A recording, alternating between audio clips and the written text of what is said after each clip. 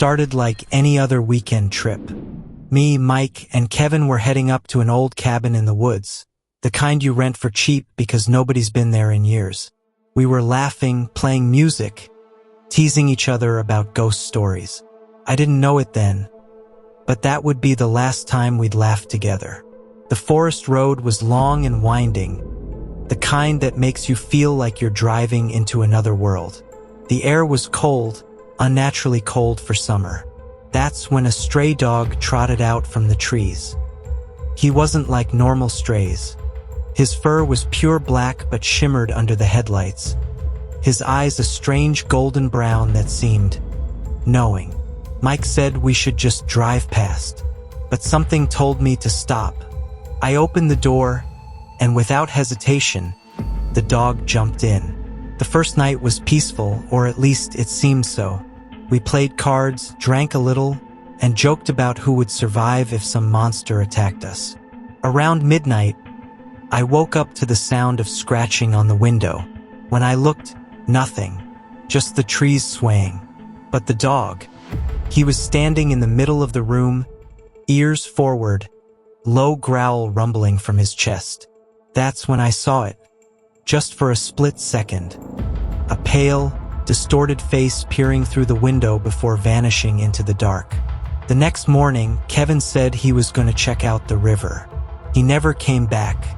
We searched for hours, yelling his name. All we found was his cap, lying in the dirt, torn at the edge. Mike said we should leave, but when we tried, the car wouldn't start. No signal, no way to call for help. That night, the whispers started. Low, guttural, almost human calling my name. The dog barked furiously into the darkness, and everything went silent again. For the next 2 days, I barely slept. Every time I closed my eyes, I felt something watching me. Once, when I went outside, I saw strange symbols carved into the trees around the cabin. Mike thought it was some prank, but I had read enough to know symbols like that were meant to bind something or trap it. The dog never left my side. He'd sometimes stare into the forest for minutes at a time, fur bristling, growling at nothing.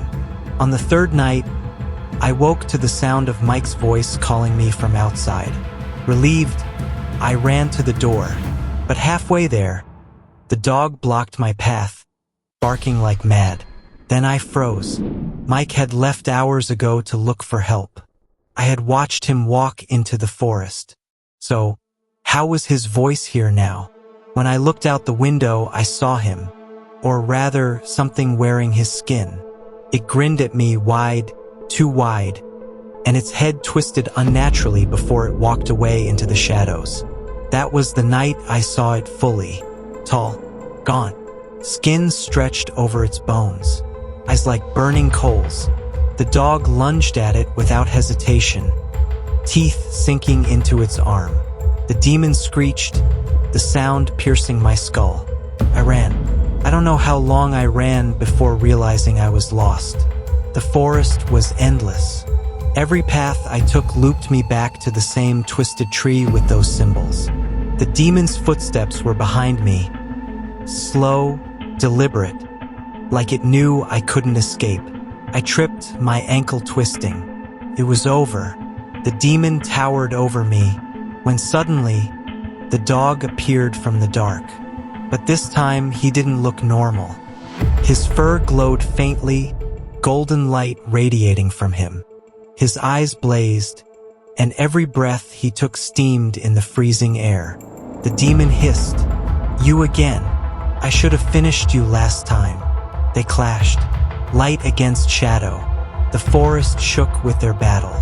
I crawled away, watching in shock as the dog bit into the demon's throat, the golden light burning its flesh. The demon shrieked one final time before both of them fell. I stumbled over to the dog. His breathing was shallow. He looked at me one last time, tail wagging weakly.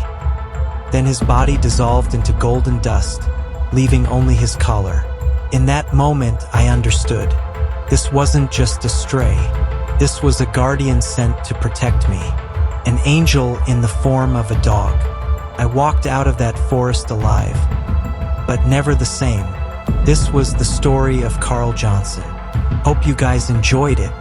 If you any story to share in the comment section, I will cover it in next video.